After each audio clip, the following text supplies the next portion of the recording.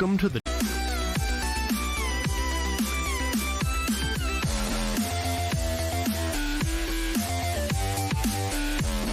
Welcome to the Dire Wolf Show, where we believe that America is exceptional and that our constitutional rights should never be infringed. I am Dire Wolf. On our show, we bring you the truth and debunk fake news. If you love laughing at the insanity of the regressive left, sit back and relax. Boy, do I have a show for you.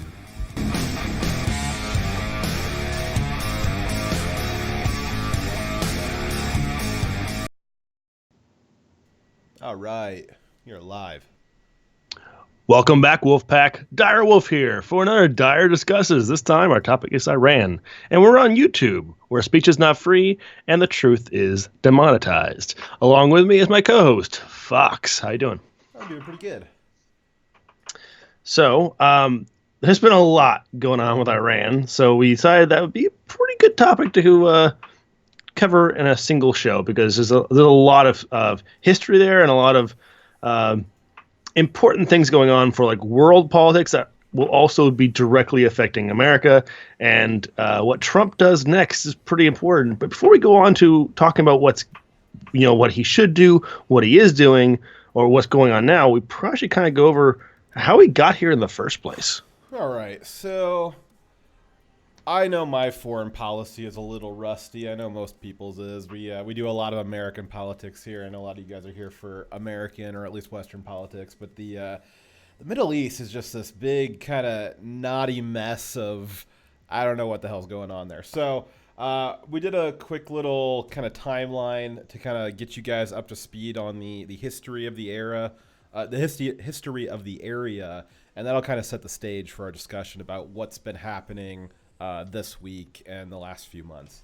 So if you zoom all the way back to 600 AD, a certain bad person who rhymes with Mohammed killed a bunch of Jews and Christians.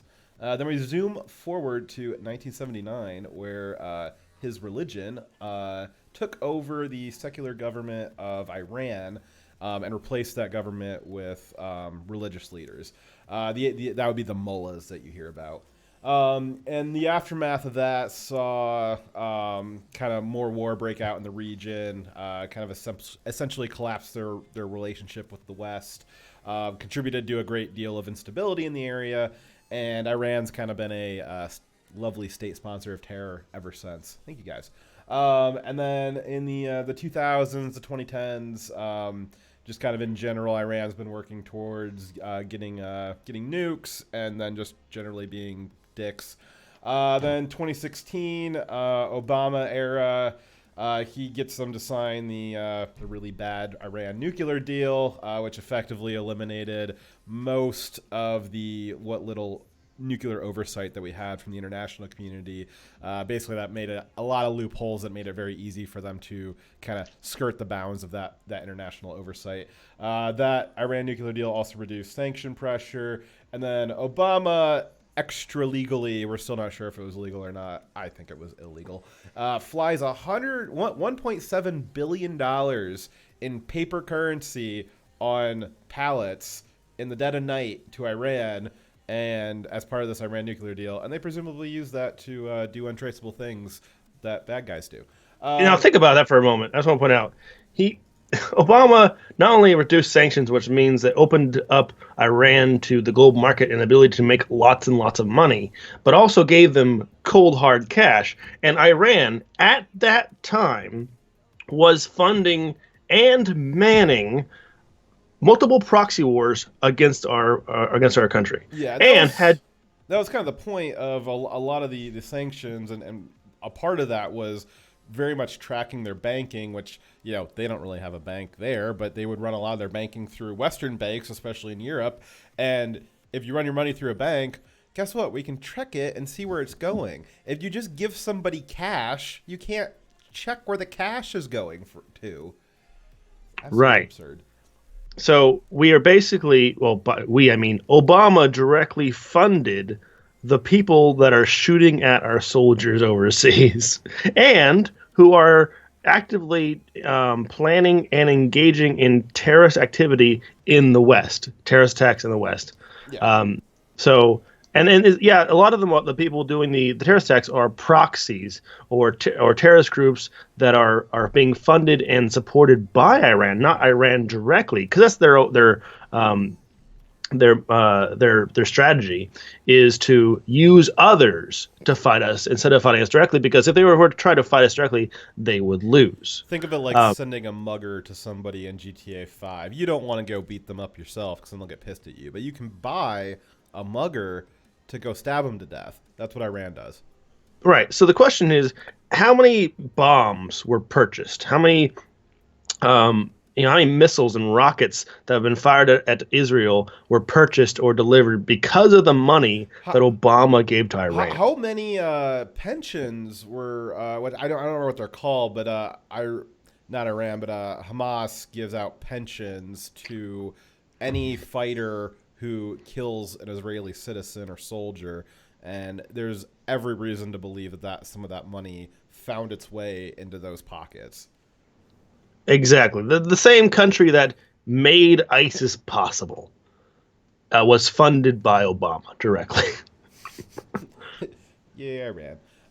So that was 2016. Then shortly after that, we had Trump. Woohoo! Yay! Go Trump.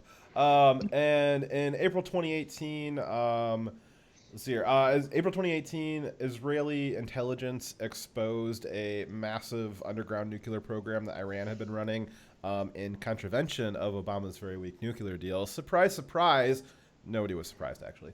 And then in May 2018, the month after, Trump finally announces that we're pulling out of the Iran nuclear deal that he'd been trying to get out of since his presidency. Since the presidency started. Part of that was he reinstated sanctions. That same month, John Kerry, former Secretary of State under Obama and Secretary of State during Obama's nuclear deal, potentially committed treason by going to Iran on an unauthorized diplomatic trip where he consulted with Iranian leaders on how to deal with the Trump administration's sanctions and withdrawal from the nuclear deal. It's suspected that he told them ways and methods of waiting out the Trump administration, which is absurd. I think you mean treason. Yes. I said treason. Yeah. So it's absurdly treasonous. So here's the reason why staying in the Obama nuclear deal with Iran was a bad idea, and why it's good that Trump got out of it, and why we should never got into it in the first place. So when we take sanctions off of Iran, it opens up a lot of money into their economy. It allows their country to function, their government to function based on the money. Allows them to actually operate their nuclear program, because a government has a hierarchy of needs. They're going to take care of feeding themselves, fueling their cars, taking care of their infrastructure that they need to survive before they focus on developing very costly nuclear technology. When you give them the resources they need to meet their basic needs, they then will continue, in this case, funding the nuclear technology that they then have openly said they plan on using against the West and against the United States, specifically the great devil, the United States. So the sanctions being in place takes away all the money out of their economy, prevents them from being able to sell any products. All the oil they have, they can't sell it. So now they're focused on, how do we feed ourselves? How do we keep our basic services running? They don't spend money on nuclear technology because they can't, or what little they do is them just trying to, posture, right? Yeah.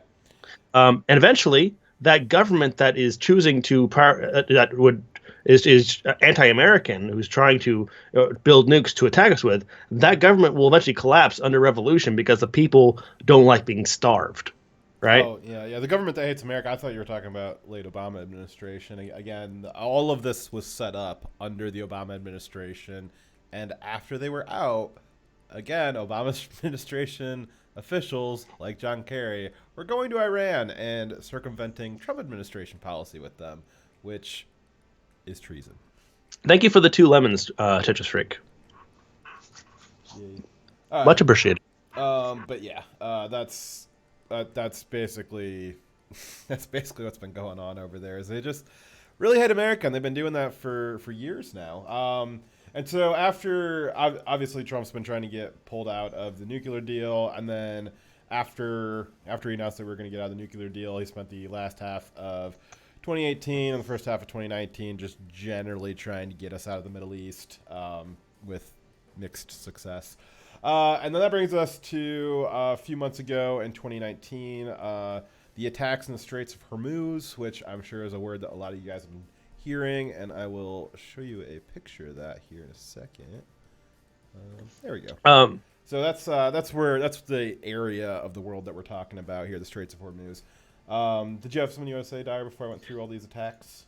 Even before this, there was right before Obama gave Iran all that money, they actually captured a small naval craft with some of our Navy men on there and held them captive. They have a history of, committing warlike acts against the United States. It's interesting strategy from them. So that's kind of the origin of their attacks. Obviously tensions have been strong for a long time, but they've actually started committing actual things that, like Dyer just said, could be considered acts of war. So that we've got that incident. And then in 2019, May 10th, we've got U.S. Maritime Administration issued an advisory warning to commercial shipping vessels that Iran or its proxies could be targeting commercial vessels and oil production infrastructure in the Middle East. So that was May 10th. Then 2 days later, on May 12th, 4 tankers were attacked with mines, and the theory is that Iran placed those mines onto those tankers. Then the next month, June 13th, 2 more tankers were hit with mines again, and this time there was a video evidence, which I'll show that here in a bit here. And there was a lot of conspiracy theories going around back and forth as to whether or not it was Iran or it was a false flag, or a lot of confusion about it. But it seems to be the trend. I'm not even halfway through all of the attacks that have happened in the last 3 months. It seems to be pretty conclusive that it was Iran. Yeah, I thought the conspiracy theories that it was a false flag were pretty ridiculous and unlikely. But now, in retrospect, you can see how it's a part of a pattern of activity from Iran. And, I mean, there's a reason why the Maritime Administration issued an advisory. There probably is strong intelligence showing that they've been planning this for a while since May. That's been their strategy, and they've been looking for opportunities. So that was June 13th. They took out 2 more tankers, so now they're at 6 tankers. Then June 20th, Iran downs a U.S. drone. They claim that it was over their airspace. We claim that it was not over their airspace. I tend to believe us. We got pretty good GPS. So, and then July 4th, the UK stops an Iranian tanker, or it was an Iranian-linked tanker from trying to circumnavigate oil sanctions. There's a lot of sanctions in their area about who they're allowed to give oil to and who's allowed to give oil to them. And the UK was helping us stop an oil tanker that was trying to get around those sanctions. Very nice of them. You meant circumvent, but yes. I did mean circumnavigating, but I think I used it inappropriately. July 8th, Iran surpasses its enriched uranium stockpile limit. That was part of the 2015 nuclear deal that Obama helped figure out. Thank you, Obama. You did such a great job with that, you fucking dick.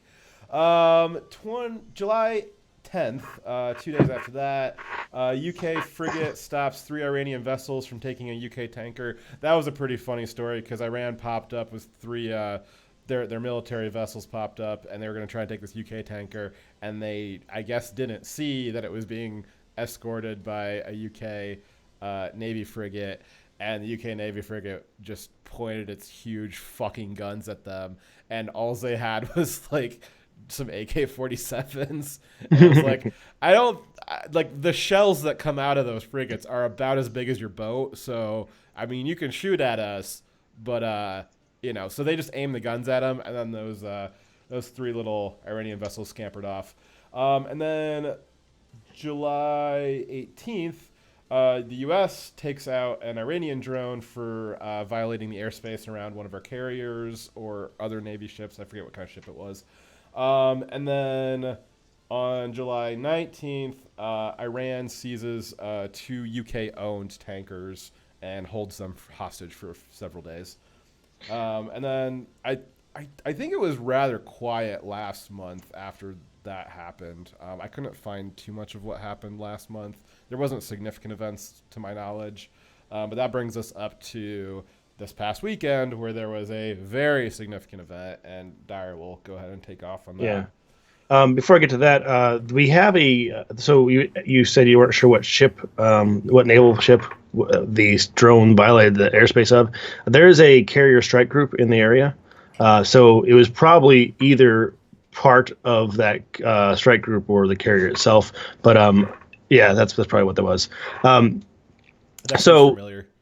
Yeah, and that's part of the because the carrier strike group has a anti-ballistic missile defense system, and that's in that place there to not only help keep the Iranian ships from attacking civilian or the civilian oil tankers, but it's also there to provide anti-ballistic missile defense. I also want to point out that this is a great reason why we should start having military contractors on these tankers, because there have been cases in the past where pirates have tried to board oil tankers, but because they had like 5 or 10 armed security on board with their own rifles, that they were more than capable of taking care of a couple of small ships with AKs. So you probably should do that. So the attack on a Saudi oil field on September 14th, estimated 10 drones striked 19 targets in Saudi on Saudi oil processing plants. That destroyed 50% of the Saudi oil production and was taken out, which is 5% of the total world production. So this attack is going to have a major effect on global oil prices. And this is Iran's way of trying to make the sanctions on them painful for us. Like, okay, you're going to stop us from selling oil? Well, we're going to make it so you guys need oil by restricting your supply. This is their last ditch effort because their economy is about collapsed. And when it's fully gone, their government's going to collapse too. So they're like a wounded animal striking out, trying to attack everyone around it. So Trump tweeted out in response to this attack that the United States military was locked and loaded and ready to respond. And I got that up on the screen right now. I'll read it out directly. So there's a Trump tweet. Saudi Arabia oil supply was attacked. There is reason to believe that we know the culprit and locked and loaded, depending on verification, but are waiting to hear from the kingdom as to who they believe the cause of this attack and under what terms we would proceed. I don't like the wording of this tweet. I think we talked about this before, yes. But Saudi does not determine the terms to which our military will intercede. They don't control our military. They don't control our foreign policy. We should only be acting taking military action if it is beneficial to our country in the defense of our own country or the defense of one of our allies. And at all times when we are doing the calculus of whether or not we should take military action, we have to be thinking, is the goal to which we're trying to achieve worth the American lives?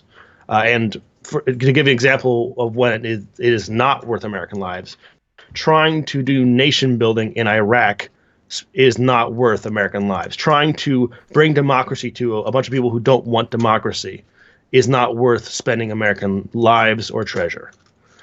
So I don't like the way that was worded, but I do think it's important. What he's saying is that, yes, if this is a military attack on one of our allies, we reserve the right to take military response if we choose to. And it is also important for us to actually investigate to find out who actually did do it. Yeah, and that kind of gets us into the a bit of the double-edged sword of Trump doing foreign policy via Twitter. It's interesting times we live in. I wonder what that might have said had he had more time to or more characters to compose it. I certainly agree. I do not like the language of that. I don't like the idea of us doing anything over there, but to the extent that we are going to do something over there, like you said, it's got to be for us. It should not be under the command of how Tulsi Gabbard was very pissed about this. She did a video on this, and the way she put it was that we are not going to pimp out the military to an Islamic dictator, which I couldn't agree more on that. But to the extent that we should be assisting them over there, we have an amazing surveillance and intelligence network over there that they are more than welcome to request information from. We definitely do support on that.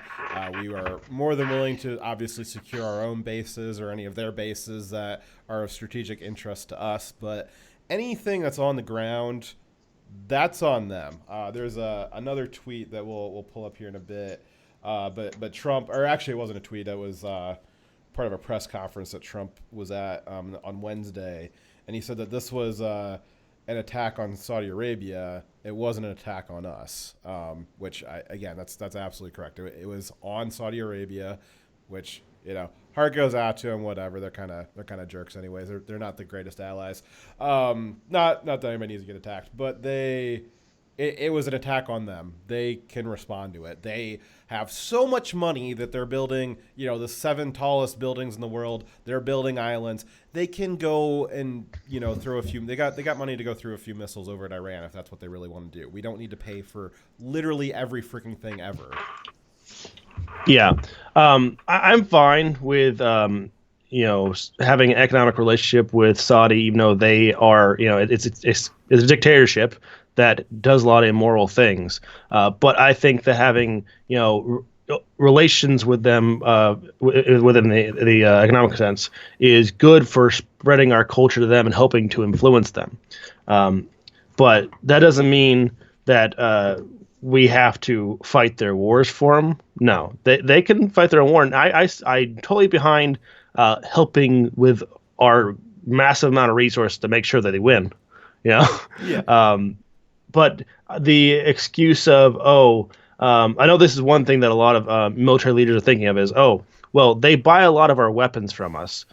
So if they, we gotta protect them because they are buying our guns, and that's an economic boom for us. Well, that's even more reason for them to go do it on their own. If they're buying weapons from us, well, they can only buy more weapons if they use the ones they already bought. So it makes even more whether it's because you don't think that we should do it for moral reasons, or if you want more money out of it, either way, they should do it on their own. It's a win-win-win for everybody.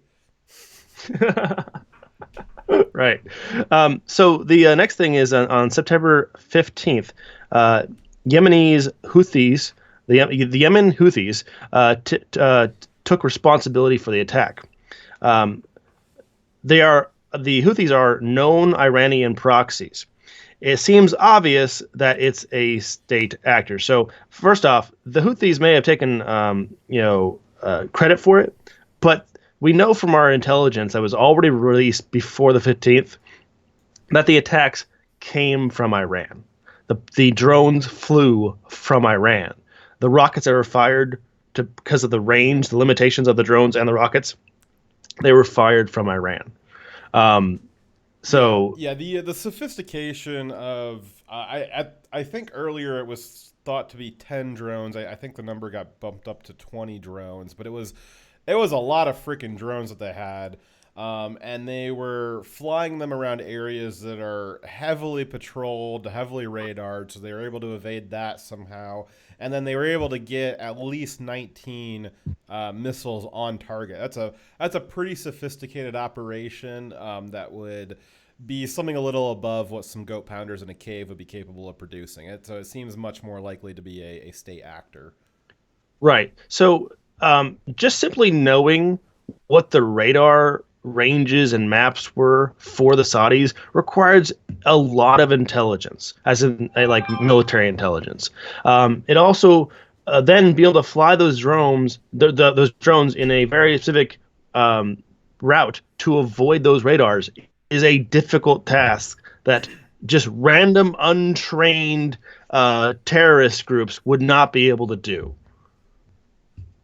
And again, we know the range of those drones. We've recovered those drones. We've seen them before. We know how far they can fly, and they didn't fly from where the Houthis have done drone attacks in the past. So the Houthis have used drones before, but they were far less sophisticated, and they were from another part of the country. It was I don't have a good source on this, but I've also heard that it was earlier today. It was discovered that one of the missiles actually just came directly out of Iran.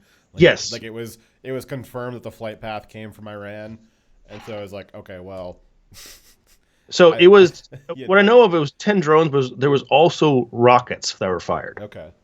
Yeah. Yeah, so that was on Sunday that the Houthis tried to take credit for that, and then Trump also authorized a release of some of our strategic oil reserves, which the U.S. has something like 700 million barrels just in tanks, like sitting and waiting for some kind of disaster, and the approximate daily shortfall that this attack put into the world market is about 5 million barrels a day. So that 700 million, that would cover us for a while. Not to mention that our domestic oil consumption is almost entirely supplied by domestic production, which has been a great thing in the last 10 years that we've accomplished, is basically energy independence. Now, the price, this still affects, we're still part of a global market, so the price of oil going up in general still going to make the price of oil go up in America, but it's going to be available. It might be more expensive, but it'll be available, which is very different from what happened in the 80s when it was expensive and not available at all. Right. So we've done very well to isolate ourselves from the worst effects of the Middle East. And that's why you haven't seen your gas go up to $4 a gallon. It's been padded. It went up a little bit, but it's been mostly padded from how bad it could have been had we not been as prepared as we were. And keep in mind that we've had a lot of people on the Democrat Party and the far left that resisted every attempt for us to expand our oil production. They fought against the oil pipeline. They've fought against fracking and doing more drilling for oil and building new facilities.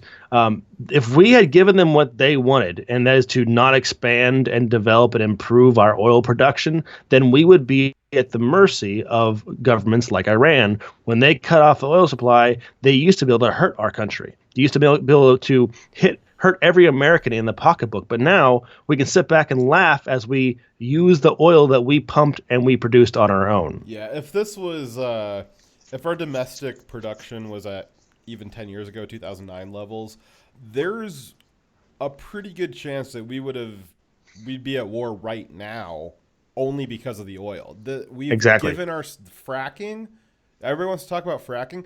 Fracking just gave us the option to not go to war. How about that? That's pretty magic. Keep in mind that us going to war, back in 2001 was partially one of the factors included was that the turmoil in that region made oil production risky and less steady. So it was hurting the global market. It hurt us. We had skin in the game in the oil market in the Middle East. Now we don't. Now we're not as easily pulled into conflict there. Yep. And so then that takes us to Monday, where Iran. What the hell are you guys doing? Iran took another tanker in the Strait of Hormuz on Monday. Pretty ballsy. Idiots. And then on Tuesday, Trump kind of backpedaled on his initial tweet saying we're locked and loaded. Everybody kind of took that as a understanding that probably meant some kind of war footing. And then Trump subsequently backed off on that a little bit, saying, we're not really looking to get into a war. It's kind of more rhetoric type of thing. And then on Wednesday. Wait, one second. Right. Before we move on to Wednesday, I just want to point out that him backpedaling and saying that he wants to take a, if possible, peaceful approach to this is him going against all of his military leaders. This is him going against his previous advisors. That's one reason why John Bolton left, because John Bolton would have said he would be one of the guys saying, "Okay, let's do missile tech now." Um, the military leaders have ramped up and have been prepared for a military strike. One second, my wife's in the room. A little bit of context on Bolton. This Bolton was out on, I believe, Friday last week, and then this happened, 2 days later, and there was a little bit of speculation that this was maybe Iran taking the opportunity to they were obviously planning this for a while anyways, but Bolton leaving might have been a good opportunity for them to test A sign of weakness. Yes. And since then, just some additional context. So Bolton was out, and we now have, I believe today it was announced, Robert O'Brien is the new national security advisor, and I know absolutely nothing about this guy. I don't know anything about him either. Well, a lot of use I am. Yeah, but I do know that. So the military approach to Iran and a lot of the political advisors is that it's not if we will go to war with Iran, it's when. And that's because no matter what we do, Iran seems dead set on eventually getting nuclear weapons. And the West is not okay with this. At least most people in the West aren't okay with it. Obama was okay with it for some reason. Or maybe he was just kicking the can down the road. I don't know. But because the mullahs are religiously motivated, they are totally fine with they think that religiously attacking the West and causing mass death is their way of bringing on Armageddon, which will then bring on their profit. That's their goal, right? So they want world war. So with that in mind, yeah, would you want someone who wants to create world war to have nuclear weapons? It's almost right? like they're a psychopathic cult. That's weird. Right, it's almost like that. So that's unpalatable. So the thing is, the moment that they are seconds from having a nuclear weapon, no matter what happens, the U.S. is going to attack them, or Israel will. Israel's like hoping we'll do it, but they'll do it as a last resort. Yeah. So this nobody wins in that. So that's one of the problems with this is that it's kind of a new thing for this century. I think since World War One, humanity's kind of gotten past the ability to win wars. There's no clear winner anymore. World War One is kind of almost everybody lost in World War One. Same thing with World War Two. There was a side that was still around when it was over, but it was a rough victory, and it's going to be the same thing with this. What does winning look like in this? Not good. Losing looks even worse, but winning's not that great of a look either. Nobody wants to be the one to have to pull the trigger on this because it's going to be a mess. Yeah, so no one wants to, but we all know that at some point Iran will have gotten to the point where we have to stop them. So we have military leaders that are saying, "Hey, we got bombers ready to go. We got fighters with missiles attached. We can launch our cruise missiles right now. We got a carrier group with missiles on board. Let's go." And so his advisor saying, "This is the one. This is the one. They've actually done a military strike against one of our allies. This is our excuse. Let's knock out all their nuclear facilities and their SAMs and their military infrastructure. Let's bomb them back to the Stone Age, and then deal with the political consequences of it." Trump's like, I don't want to do that, and he's going against all his advisors. And I think right now that's the right choice. Yeah. Despite some excitable tweets at the beginning, which as I was saying earlier, this is kind of the hazard of the format is that it's limited in what you can say on Twitter and Trump's stream of consciousness anyways, so it's a double whammy there. But right. Despite his excitable tweets, it does seem that he would prefer some kind of non-military solution to this. He's spun up sanctions again. The economic angle has been working. That's one of the theories as to why Iran is picking now to get so angsty is because the sanctions are working and they know they've got limited time. And so it's kind of now or never because their next big political upheaval could be their populace overthrowing them because they don't have any food left. Yeah, the molars are like a year or so from, in my opinion, just from how their society is collapsing because of lack of money. That they're a couple years or so from being killed by their own populace. So I think that the strategy is working, but even if it, even aside from that, I think that Iran has foolishly given us a great out. America doesn't have to be the world police. They attacked Saudi Arabia. Saudi Arabia at this point, because they're so weakened by our sanctions, Saudi Arabia can take them out, and we can support them, and not a single American soldier or pilot needs to be in danger. I like that. That's a better solution. And I think that it might. America's taking a back seat in this war. Well, yeah, sure, we're not launching the planes, they're dropping the bombs. Sure, we're not invading another Middle Eastern country. But we can do all the command and control. We can provide all the intelligence. We can make sure all the targets we want dead are killed and our hands stay clean. Yeah. And the kind of on a domestic standpoint, the Democrats have given Trump an out, so has the media. He can choose whatever he wants, and he's going to get the exact same reaction. If he goes to war, they're going to say he's a tyrant. If he doesn't go to war, they're going to say he's weak. If he does something in the middle, they're going to say that he's controlled by Putin. It doesn't matter what he does. It's going to be the same response. And I think he's figuring that out. It certainly seems so. And that actually frees him up to make a independent decision rather than what is a good image decision going to look like? Which hopefully on this one he panders to the base, which I think the Trump base is largely uninterested in a full scale war.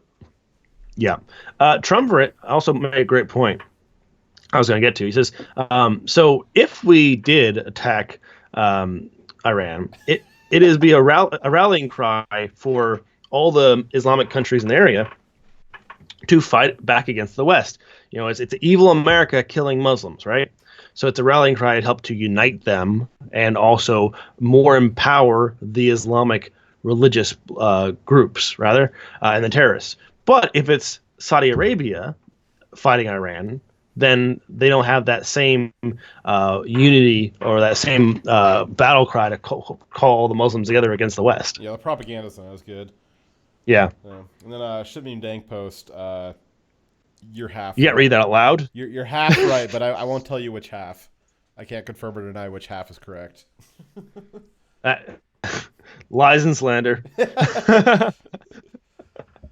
So CT117 says, well, I'm certainly hope we choose our wars wisely. Yes. Like I said earlier, any war we go into, any military action we take, there's always the calculus. Is it worth American lives? And I'll tell you, there's very few things that are worth the cost of American life, because American life is pretty damn valuable to me. It has to be to protect our nation, our legitimate, national interest, or our allies. Not even all of our allies. Honestly, we do military training with the Saudis. We have a lot of treaties with them, but goddamn, they're barely an ally. And let's not forget the Saudis. That it's not even a conspiracy theory. It's actually like confirmed. On the record, confirmed. They supported, funded, and harbored the guys that did 9/11. That's our ally. Never forget that. Yeah, with friends like that, and then again, like I said, not a conspiracy theory. It's cold hard confirmed. Yes. So it to some extent they got a little karma going on over there, but I don't think that we need to be jumping at the bit to start pouring out American blood for these guys. They certainly, again, like I said, they got I believe that they've got 4 of the tallest buildings in the world, like 4 of the top 10 tallest buildings in the world.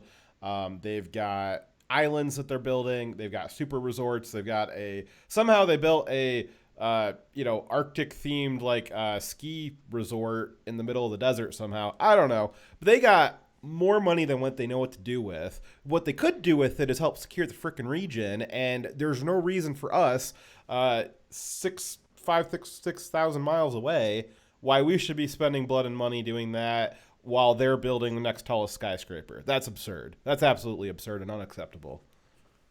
Yeah. I mean, the greatest thing that Saudi Arabia provides to us is letting us fly over their airspace. That's the biggest military benefit to being allies with them. Yeah, and we graciously don't drop anything off while we're flying over them. Hey, that's our favor. It's a little give and take. Yeah, I think that that plus the selling the guns is the only reason why we're actually allies with them. Anyways, where we leave off on the script, I forgot. I believe we've gotten off Wednesday of the So just kind of quickly finishing up here with the timeline. So on Wednesday, Pompeo said that this was basically an act of war by Iran, and then, as is tradition, at almost the exact same moment, Trump said that they're not looking to go to war, and he said that when asked if he's looking for a military strike, he said, quote, "We'll see what happens." He also said, quote, we will have to sit down with the Saudis and work something out. The attack was on Saudi Arabia. The attack wasn't on us. That's a quote I said earlier. So, yeah, again, as is tradition with the Trump administration, one of his officials says something that he says, and then he comes out and immediately contradicts it. But it's it's part of his charm. I'll give it to him on this one. As we were just saying, he's very excitable with that first tweet. We're very, very confident that a lot of his advisors are pushing him to use this as an excuse to go to full scale war, and that's not what Trump wants to do. He had an opportunity a few months ago to do a pretty thorough strike on Iran, and he called it off at the last minute. He said it wasn't worth the cost in lives. He's not a killer. He certainly isn't that. He does not relish the thought of going to war the way that some of the very small people on both sides of the aisle who seem to have a real war boner, trying to, we should go to war all the time. Those very small-minded people, Trump is not one of those. He does not want to get us into another war, and his base does not want us to get into another war. So I have two things. First off, he says he wants to put more sanctions on Iran in response. I'm like, what's left to sanction? Holy cow! He's put like a full embargo on them. That's actually that's a point that some CNN analysis brought up, was that we're at the bottom of the barrel on sanctions. There is nothing left. So you're absolutely right on that. There is almost nothing left. I think you're talking about closing down borders at this point, and that's about the last few things that we got. Yeah. Really, the problem is not more sanctions; it's enforcing the existing sanctions. So it's us working with the countries in the area to say, hey, Iraq, how about you not do the trading thing with Iran? Yeah. Thanks. It's our European allies as well. So part of the John Kerry thing going around and doing his kind of extra legal tour of the Middle East, telling them to wait out the Trump administration, which again is a little bit treasonous. Part of that was talking and coordinating with some of our quote unquote allies in Europe, like France, and France, Germany. France, Germany, the whole lot of them over there. They are very interested in rolling over as far as they can for Iran. Not to mention, Iran's got Russian support. They were meeting with Putin earlier this week, which I don't know enough about that to say any more than that they were meeting with him. So you guys can take from that what you will. But it's the thing that we need to do is enforce, like what Dyer said, and we need to get our allies, again, quote unquote allies, on board with this. They need to start taking it seriously. We are not. As much as we are not Saudi's bagmen, we are not Europe's bagmen either. If Europe wants to, have really bad policy, well, they're going to have to deal with it. A lot of UN countries, when we pulled out of the nuclear deal with Iran, they stayed in and said they were going to keep their sanctions off of Iran and continue to try to negotiate to keep the existing plan or the plan in place. Germany was one of those countries, and I think they're doing this because they remember the historical examples of how appeasing dictators totally worked. Yeah, they also love fascism, so That too. But so I have a pretty high bar for when we should go to war, but I also have the principle that if we finally get to the point where we're going to go to war, we're going to spend Americans' lives and treasure, you better damn let us fight that war. Yeah, I was hearing again this week. Sean Hannity was doing a little bit of a circuit on some of the soldiers that are in jail right now over the course of the last decade for firing on somebody in a combat zone. They called it murder, but it happened in a combat zone. So again, that's a whole other another reason why we shouldn't be going to war over there, because I don't think that Trump's going to put on those same stupid terms of engagement. But we have not fought our wars well or to the fullest extent that we could. We need to hit hard and fast, not with both hands tied behind your back and guys that are scared to shoot because they think they're going to get put in jail, which, I mean, they have every reason to think that. Yeah. So the problem is we have a lot of soldiers that were doing their job to, fighting for our country that have been wrongly put in jail for doing what they were trained to do and asked to do. And that is a travesty. That's something that an immoral action that our government is currently doing to its own people that is unforgivable and needs to be rectified immediately. But there's also these cases where there was a zero tolerance under the Obama administration where people who had committed no crime, not like, so one example, there was an Army sergeant who was going to do Article 15 procedures on a lower ranking NCO that had punched another NCO.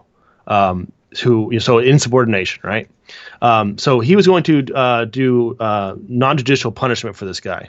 And this guy responded in the war zone of accusing that sergeant, the higher ranking sergeant, of murdering 4 locals, I forget what country it was in, but killing 4 civilians and burying their bodies. There was no evidence, no corroborating testimony, no bodies were ever found, and all the village that supposedly these civilians came from said no one's missing, no one's been killed. We have no idea what you're talking about. Despite the complete lack of evidence, the testimony of one disgruntled soldier got this guy put in jail for 10 years. Jesus Christ. So then the reason why that was because as soon as it was reported, they quickly punished him, quickly put him in jail because under the Obama policy, they wanted to show that they were being tough on war criminals, so that it was Afghanistan. Afghani government would say, "Oh yeah, we're holding up our side of a treaty by punishing war criminals."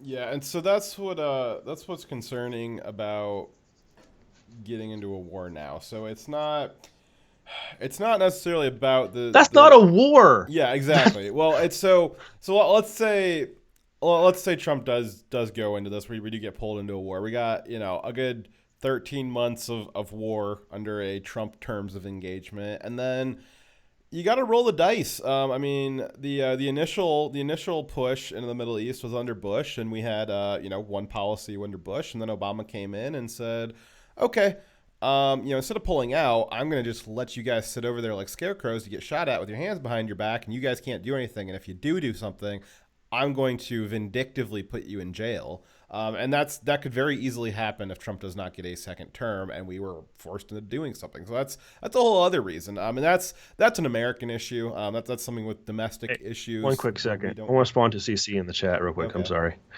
So he keeps saying over and over, how about we just not go to war? Well, that's what we're saying. That's what we're saying. We don't want to go to war. However, there are hypothetical situations like someone who is insane who wants to destroy your entire country with nuclear weapons. You might want to preemptively destroy that capability, right? Yes. There are situations where an enemy is providing a clear and present danger to your country where war is unfortunately necessary. Sometimes you need to defend yourselves. So war sometimes is necessary. Now, in the case of if we had to go to war with Iran, There's the Bush way. There's the trying to create nations or nation building that is foolhardy and has led to a lot of dead American soldiers. Or in the what we could do is, they attacked us or they're going to attack us. We can go in there because of our massive air power and superior technology and just destroy everything without a single troop on the ground, bomb them back into the Stone Age, and then next time they build up, maybe they'll think twice about trying to attack us. Yeah, I like the first strike, last strike policy. I don't think that we'll do that if we do get involved, because for some reason the West thinks that. Right. Well, so let's put it all on the table. Obviously, Western culture is far superior to whatever the hell they got going on over there. I'll just go ahead and say that. I know it's a really radical idea. But and we're off.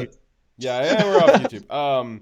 But being the superior culture that we are, we have mercy, and we don't get a sadistic pleasure the way that they do in seeing suffering. And so one of the results of that is when we go to war is it seems that we go in slow to try to stop civilian casualties, to make it look a little bit better for the media. We try to go in as lightly as possible to make it, for some reason, to make it look like we're not the bad guys. We have a good too much focus on what the perception is, and the first strike, last strike, that kind of blows out that perception management out of the water, which is not a good thing. So I think that if we do something, we need to kind of ignore the optics. Nobody's going to be pleased with the optics, especially with Trump. It does not matter what happens. So let's just do the most efficient route possible that gets it done the quickest and costs the least amount of bodies. So I think CC is right. We should pull out of places in the Middle East. So when you say pull out of the Middle East, you might think that we would leave 0 soldiers in the Middle East. No, I think we should pull out of Syria, Afghanistan, Yemen, Somalia area. But there are places that we have allies, that we have bases and soldiers that like Qatar, that our guys are there and they're providing a strategic benefit. We can reach anywhere in the world because we have bases around the world in allied countries that want us there. In the example of Qatar, they built the base for us. They pay us a bunch of money to have a base there because they want our protection, and it gives us the ability to, have fuel tankers that allow us to fly around the entire globe with bombers. And also that's where we fly our drones from. So it allows us to have the eyes, the ears, and the ability to be flexible in our movement. Yeah, so there's there's the back and forth on whether or not we should go in there, and what's the solution to kind of long term keep us safe? It seems that the isolationism doesn't necessarily work, that allows for terror networks to get built up and then we get attacked. Or when we're over there, it just turns into a quagmire and it's a boondoggle and it doesn't work anyway. So what's the solution over there where we can kind of, have the effectiveness of not getting attacked and then also have it not be a boondoggle? My kind of, again, I'm not a foreign policy or a military expert, but my kind of thought experiment on it is, pull back to our bases. As Dyer said, we've got some very good strategic locations there, and we have some people that are actually not terrible allies, which I think not terrible ally is the best type of ally that we've got. I think that's the highest ranking one so far. But the pull back to our bases that we've got in the area. Let's pull back to Israel, do a little bit of an exclusion zone around them, and then just let the Middle East be. But they can't escape their borders. We'll surround their borders. You're not allowed to leave. Not allowed to send any missiles or drones up in the area. You hit anything up over 1,000 feet, we're shooting it down. And you guys can just have your little sandbox. It'll be like a big nature preserve. The left always wants to tell us about, every culture's beautiful and brave or whatever. All right, fine, whatever. We'll keep it in a little zoo, and they can do whatever the hell they want in there, but they cannot go above a ceiling of 1,000 feet, and they can't come out of their borders. And that would be a good way of containing them and then also not going over there. Whether or not that's feasible, I don't know, but that's what I'd like to do in the area. So an example of why it is important to have the ability to fly around the globe, as I said earlier, and CC's mocking. So there's different countries that wouldn't exist if the other countries around them didn't know we had the ability to strike them if they tried to invade, right? Our presence does prevent countries from attacking other countries because they know we can respond. Um, and having the ability to fly around the globe means we have the ability to strike within a day's notice or less, right? It gives us the ability to immediately respond to a threat, and because we have that ability, other countries don't take action they would usually do. So it's a way to keep peace. We have a country that wants us there that like Qatar would only exist because we're there defending Qatar. Yeah, it's a deterrent. Part of the carry a big stick. The deterrent part of that is that you don't want to get hit by the big stick. Unfortunately, we've kind of spent the last almost 2 decades hitting everybody with little sticks and not actually going full bore, which has kind of ruined that perception a little bit. But yeah, we still need to be in the area. I agree with you on that. The attacks launched from there need to be responded to quicker than a 7-hour flight across the pond. That just needs to be. So we need to have stuff stationed over there that can respond a lot more quickly, and that's eminently reasonable. But again, going to full scale war, not reasonable right now. Yeah, and those bases we have in countries that want us to have bases there. It's not like we're colonizing someone, we're not invading and forcing ourselves upon countries to have a base there. No, they want us there, and they pay us. So I'm okay with that. Yeah, I'm fine if you guys pay us. That's good to go. Yeah, they're giving us strategic benefit. We're not actually at war there. Like, we're not fighting from the Qatari base, but they give us the ability to protect our interests. And also, having us being there helps create stability in the region, so there's not war that disrupts the trade of oil, which helps keeps peace around the world. Because if Europe isn't being starved of oil, then they won't feel the need to get involved into a war. Yeah. Right? Yeah. Is a stable world 100% our responsibility? No. No. Is a stable world of benefit to us? Yes. So there's some point between it being 100% our responsibility and 0% our responsibility. There's somewhere in between there that we can fall, and we've had a hard time finding that kind of balance point. But there is a certain amount of expenditure of effort that we should put into keeping the world stable for our own benefit. But yeah, we don't want to go too far over the line on that. Again, I don't necessarily think that this attack on Saudi Arabia necessitates full scale response. I think that's kind of what Iran wants. I think kind of moving into what I think the future is going to hold. I think Iran's going to continue to escalate. Hopefully their people kind of figure something out in the next year or so. Otherwise, I don't know. We'll have to figure it out for them. But we'll see what the provocations keep escalating on them. And hey, Saudi Arabia could just buy some anti-drone and anti-missile technology from us and then defend their own damn border. They could do that. And that benefits both of us. I say we give it to China. China wants to be on the world stage. They can start with the Middle East. You guys give Saudi Arabia to China. Yeah, that'd probably be okay too. Yeah, you guys are so confident in yourselves. You guys figure it out. That is one thing about this though that is kind of the broader context. Is it's easy to forget about China sometimes, which China never forgets about China. So they are. I think that they are watching the situation, laughing their asses off at us right now. Any way you slice it, this is going to at least use up military resources, and China's just going to laugh their asses off at that. They love watching the U.S. waste time and money on stuff that is almost completely irrelevant. They are playing a very long game. And we seem to be very stuck on short-term stuff with the Middle East. These are not long-term policies that we've had in place, especially things like the Iran deal. And especially if we go to war, that's going to suck up a lot of resources and readiness that China may be interested in exploiting. Maybe not this year, maybe not this decade, but probably at some point in the next century, they'll be interested in exploiting that. And they are preparing for that. They've said that they're preparing for that. And doing stuff like this is not keeping your eye on the ball. Not at all.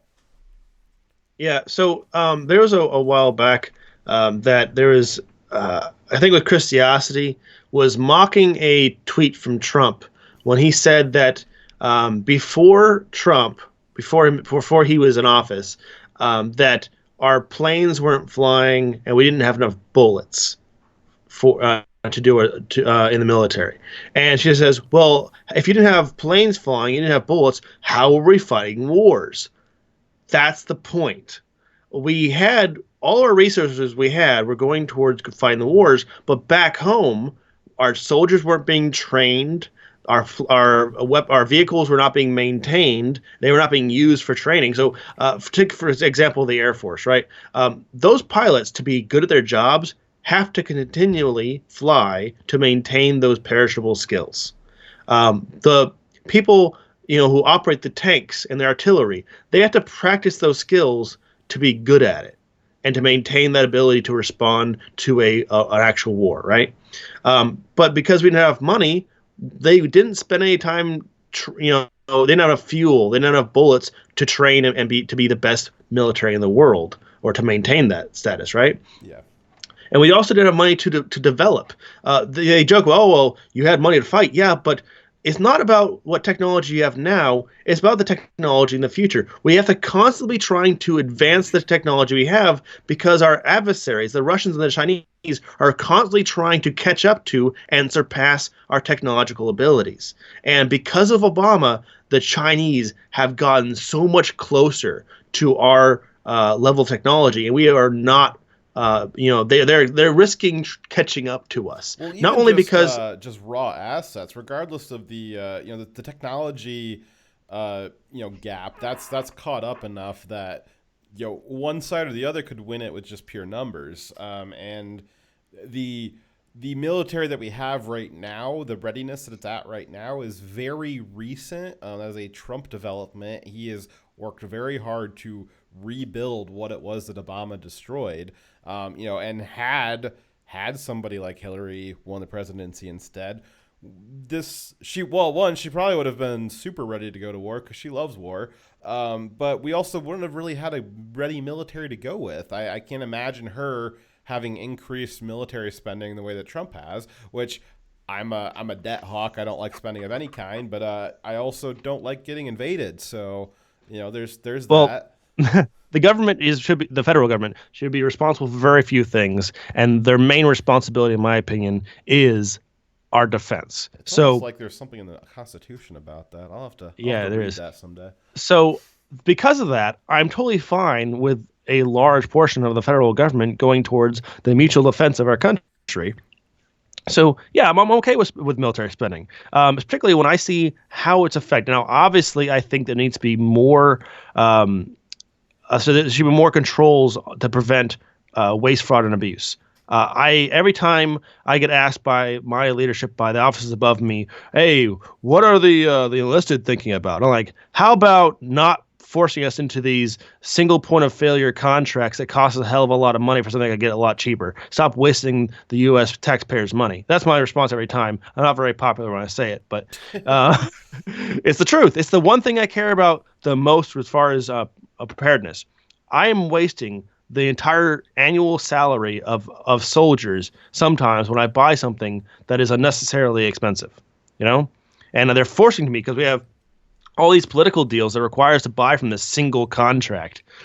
So the point is, because of military spending is important, we could improve it, how we're spending it. But in the end, regardless, it'll still be important that we spend it. And because of Trump's policies, we have newer technology, we have more money being put into R&D, newer vehicles, more soldiers, and better materials to work with. And we're able to spend money on training our soldiers.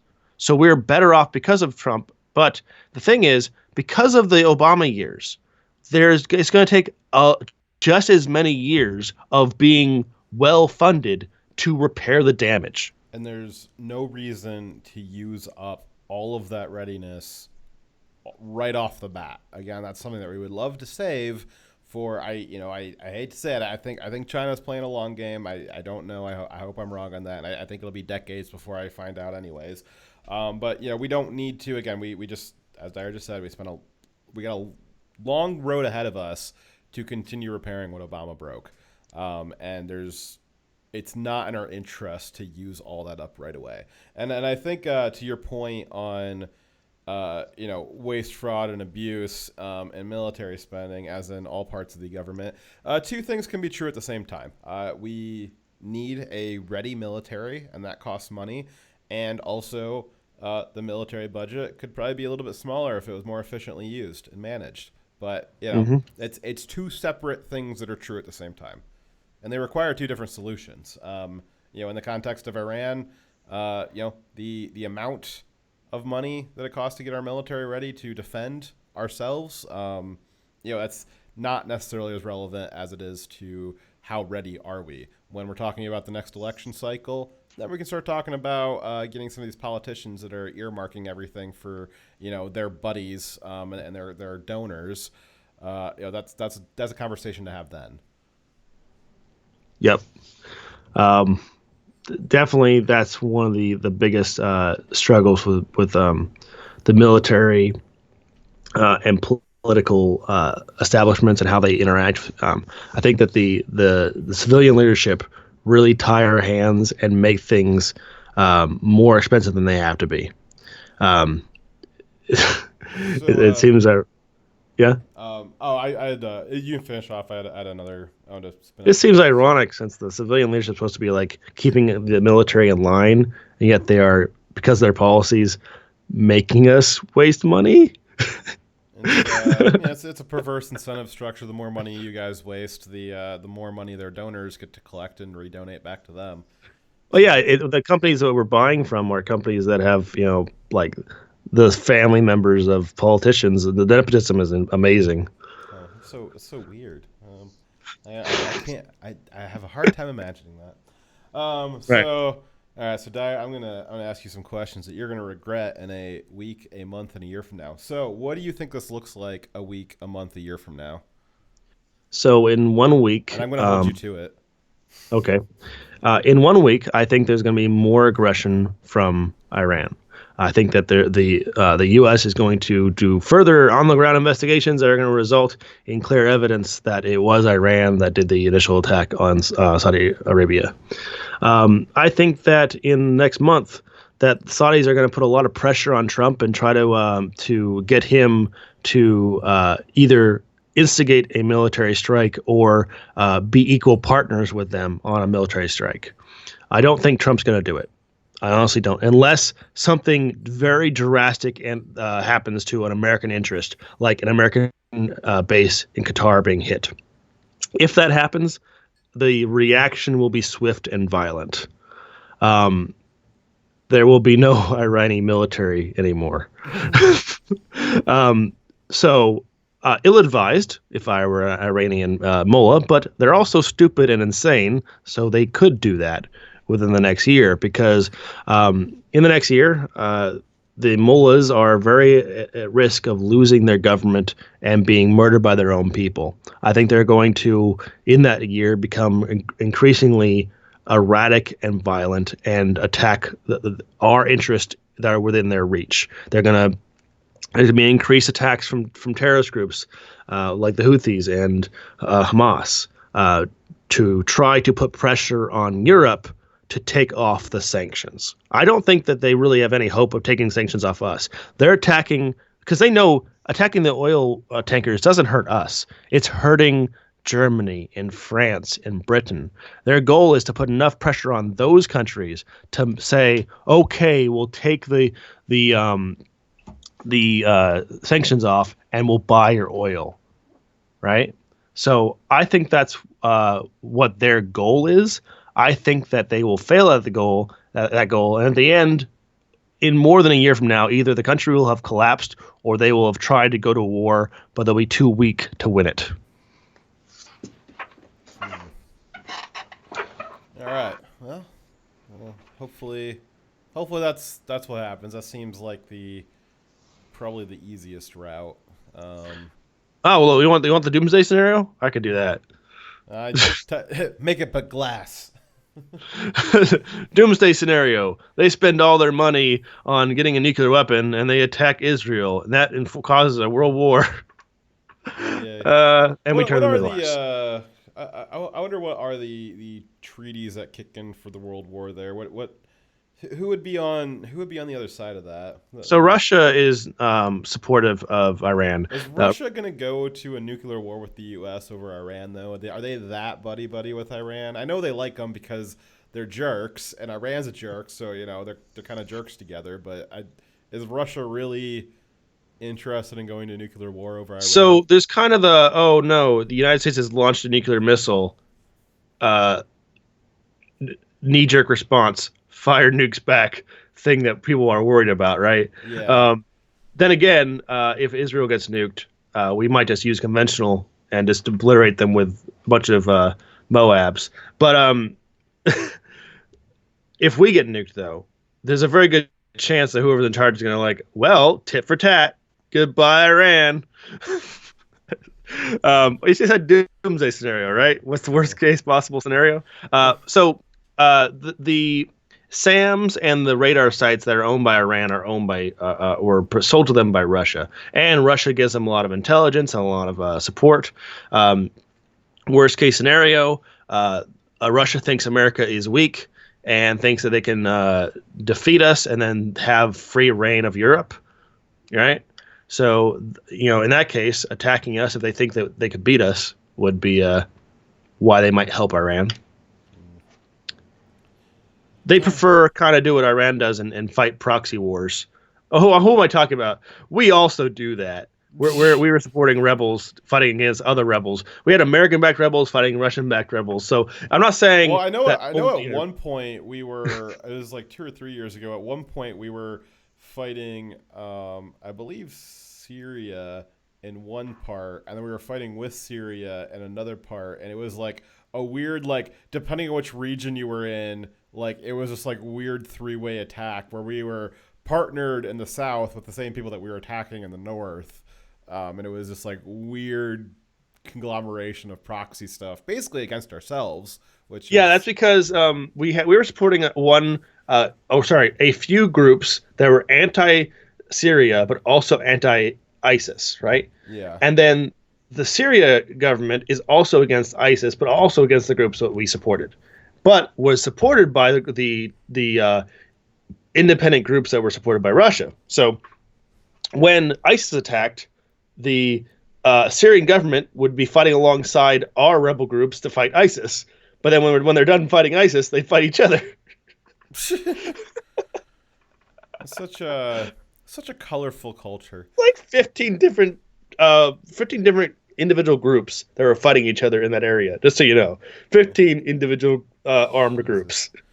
Ridiculous. The politics there. Are thought about I don't know, doing science or learning to code or I don't know. Yeah, but picking up a rifle and shooting at people is so much easier. Yeah.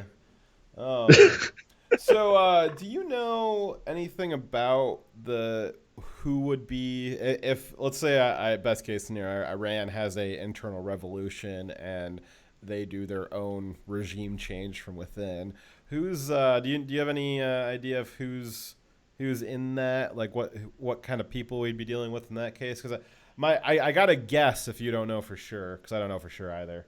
Okay, so the cynical me says that the people who would be the most in control of a revolution would be just as radically Islamic as the people they're overthrowing. Ironically, they would be just as bad, but with a slightly different face. Oh, they're a younger, more energetic group with the same exact ideology. That'll totally be way different. But the other cynical me would say that the U.S. would see this coming a mile away and might be trying to use some covert means to try to give more power to one group that might be more pro-American. But then again, that might just be a group that's saying that they'll support America just so we'll give them guns and training, and then they'll turn on us as soon as they have power, which happens more often than you like. I think that happens every single time, actually. Every time, yeah. So we'll have a Islamic group that'll they'll engage with us and say, oh yeah, once we take over the country, we'll totally be on your side. Just give us lots of guns for free and training, and we'll use that to overthrow the government, and then we'll totally support you afterwards. And then they overthrow the government, they get into control, and now we hate you. We're gonna shoot you. Yeah, God damn it, we fall for it every time. Yeah, then 10 years later, we're fighting against our equipment from 10 years ago that we gave them, which has been a pretty perpetual theme as well. Yeah. Stop. What's that? We just gotta stop doing it. Yeah. But if we just love doing it. It's like cocaine. You just can't stop. Yeah. So what did we gain? We spent a lot of American tax dollars to kill lots of Muslims in the Middle East, and we gained nothing. I'm betting unless that was the goal. Somebody's donors probably gained a lot. Yeah, possibly. Top 10 enemy betrayals. Yeah, all 10 of them are the same exact story, different names of the groups and countries. Maybe that's one of our sub operations. We need to start airdropping anime all over the place. Get them turn them on into weebs. My strategy for the Middle East has been the same for the last 9-10 years. Let's just genetically engineer super boars, wild pigs with tusks, right? Boars, man-sized, man-eating, super strong and dangerous pigs, and just airdrop them all over the Middle East. So basically, like the Jurassic World thing with the raptors, but with pigs instead. Okay. Yes, I like it. You could also gigantic pigs. You could also just airdrop a ton of goats, and they would probably their population would collapse from not being able to replace themselves. If you catch my drift. Do you mean the goats that have the detonators inside of their assholes? Yes. Yes, that'll do it.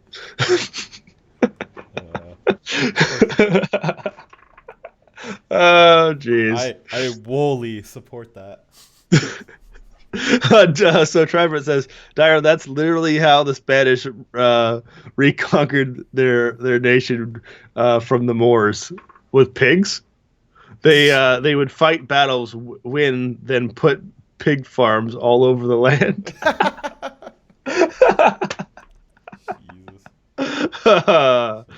That's great. Yeah. So the other, I think the other kind of funny subcontext of this, kind of funny, sad, is you're gonna have the left continue to blame this, and they already do blame this on global warming, which I think if you just read the book even a little bit, you'll kind of find out that probably isn't because of global warming. Wait, did global warming create the Quran?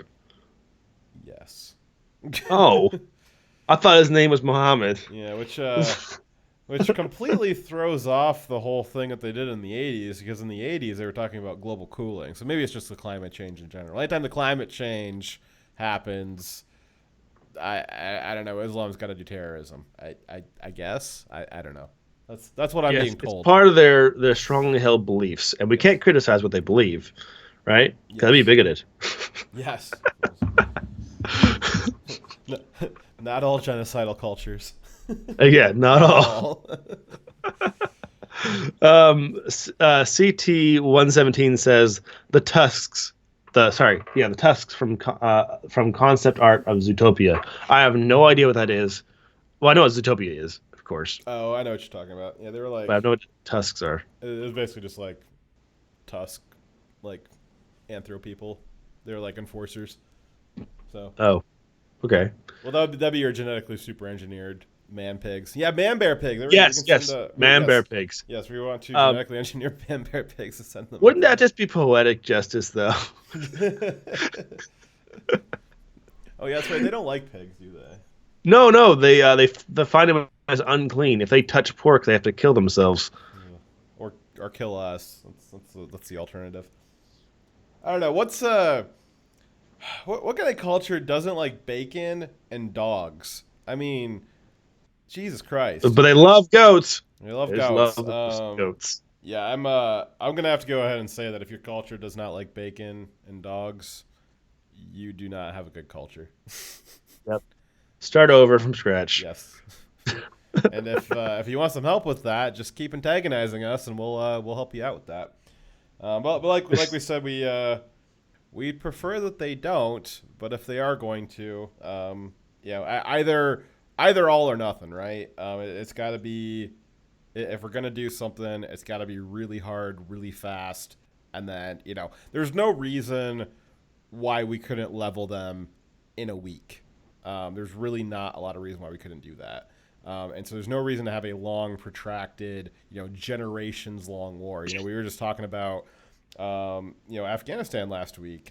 We've been over there for enough time that people that weren't born yet when we started are now getting deployed over there, which is insane. There's no reason for that. So we need to either not get into it this time, learn our lesson, or, hit them hard and fast. There was a meme I saw a few weeks ago on Twitter, which I thought was kind of funny. It was like a baby, and it was like whining like it didn't want the food, like it was like on a spoon, and like it was like not trying to have that where the food was, and it was like, come on, you have to finish your Afghanistan before you start your Iraq. I thought that was funny. Yeah, sad commentary on the United States foreign policy, but it is funny. It's funny that in like 50 to 100 years from now, like the political cartoons that like kids in high school are going to be looking at will be memes from Twitter. Because I remember like our high school we looked at like political like cartoons from like 30s, and they're going to be looking at memes. Yeah. One thing about Tulsi Gabbard, though I think she's wrong about a lot of things, one thing I do like is that she has actually served in the military. And I think that for you to be commander-in-chief and to be, putting people, having the power to send people to war, I think you should kind of had some skin in the game yourself, right? I think you should have actually know what it's like to be in the military. And I know I can't make it a requirement, but gosh darn, morally, it would make more sense to me. I like that. I think the more people that are in public office should actually have served in the military, Yeah. Because I have skin in the game. Like if we go to war with Iran, I'm going to war, or at least at the very least, a lot of my guys will be, right? So that matters to me. So I really don't want to go to war for nothing. And if we're going to go to war, I want to make sure that I can actually fight that war. Yeah, and that's kind of what I was starting this. I was saying something similar to that at the start of this. Was there's a lot of very small men in high places who are very quick to tell Trump or the media that we should be getting to war and that we're weak if we don't, which is very easy for them to say from the halls of Congress, the marble floors, and their gated communities, and never having served themselves. It's very easy for them to say that, and it's not a show of strength on their part at all to say that.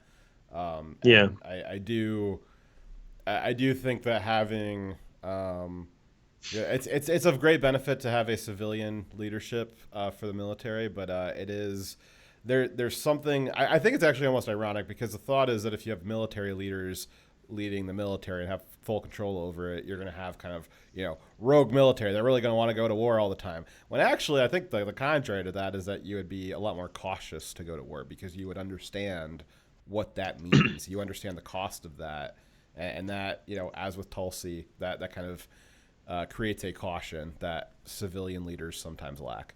Yeah, I get the logic. Like, okay, you have someone who trains their entire life for war, and then you provide them a problem, and they've always solved all their problems tactically with war. And they're like, okay, solve the problem. Like, well, have we tried war? Right? Because you create kind of a single-minded approach, because that's what your life revolves around, right? Yeah. So I get the theory. Okay, politicians also have on their belt all the political ways of dealing with an issue that don't involve war. But this is ironic to me that even though that's how you might assume people would be, it seems like a lot of people, a lot of civilian leadership just are really flippant about saying, "Let's go to war over this thing," like yeah. And a lot of the guys are in the military like, no, let's not waste our lives pointlessly. Yeah, but I can't say that to all of them because I know there's a certain generals right now that are telling. I know them by name, are telling Trump that we should go to war with Iran right now, and so there are some military leaders that would use war as the solution too often. Culture.exe has failed. Yes, I thought that was funny. Have you tried bombing it? Have you tried bombing it off and on again? Hey. Yeah, us bombing Iran is just like turning the switch on and off again. Yeah. Or other way around. Yes.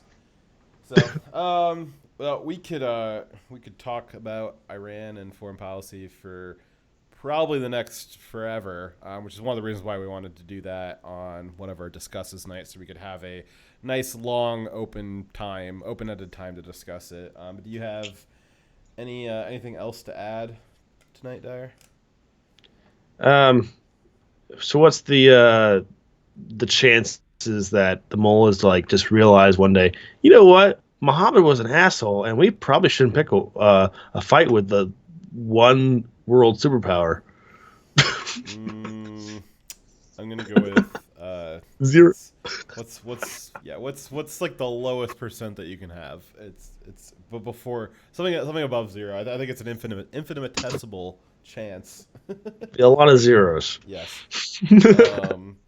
Yeah, that's something that we discussed earlier this week was you and I did about what about the people? There's a lot of civilian cost casualties if something were to happen. That again, the West, because we have a much superior moral framework, will do everything in our power to minimize civilian casualties. But to a certain extent, a lot of the civilians are still people who have the same ideology. They would be interested in still seeing us, taken down a peg and, hopefully jihaded or something along those lines. And, it's the same thing with their leaders. And it's a hard question as to what would get them to break out of that cycle. And I don't know if there's a good answer to that. We've got several examples of people who have escaped the faith and escaped those countries and come to the West and realized and spoken out against the harsher aspects of Islam. But by and large, I don't know if that's people have talked about a reformation process, and I don't know if a reformation is possible over there, unfortunately. Okay, so I'm laughing at something else that I saw on Twitter, which I'm going to tweet to you right now. I put it up. But so I think it's sad that really 60 million people that live in Iran. There's just a few people in power that are playing a game with all of their lives, and the majority of those 60 million people, hate America just because they've been taught to, right? And it's been because these crazy leaders have been teaching them that fighting America should be what they're spending their money on rather than feeding their people. I think it's really sad that these few crazy people are possibly going to cause the death of a lot of civilians. I find that very sad. Yep.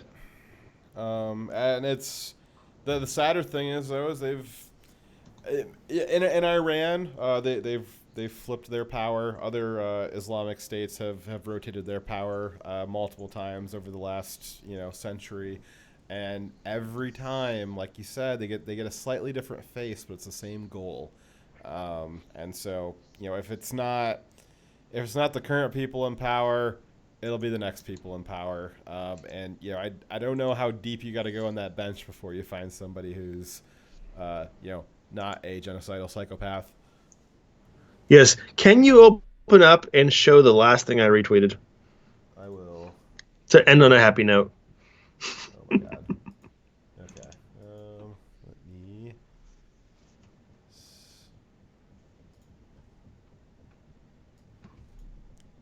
Do do do do do do do do do do do do.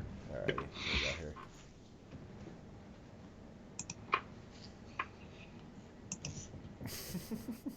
This is fat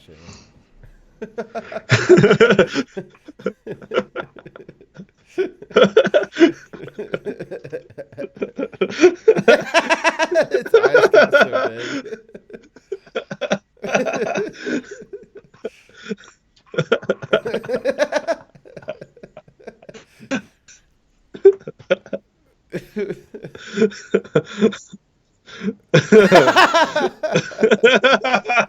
That's funny. Shut it off with that rant and end the cat video. Yeah. All right, guys. Thank you very much for watching. Thank you for those who donated. We'll see you guys tomorrow. Wait, Saturday. No, Saturday. Yep. Tomorrow's not Saturday. Weekly see you guys on Saturday for the weekly news recap. Adios. Direwolf out. V signing off.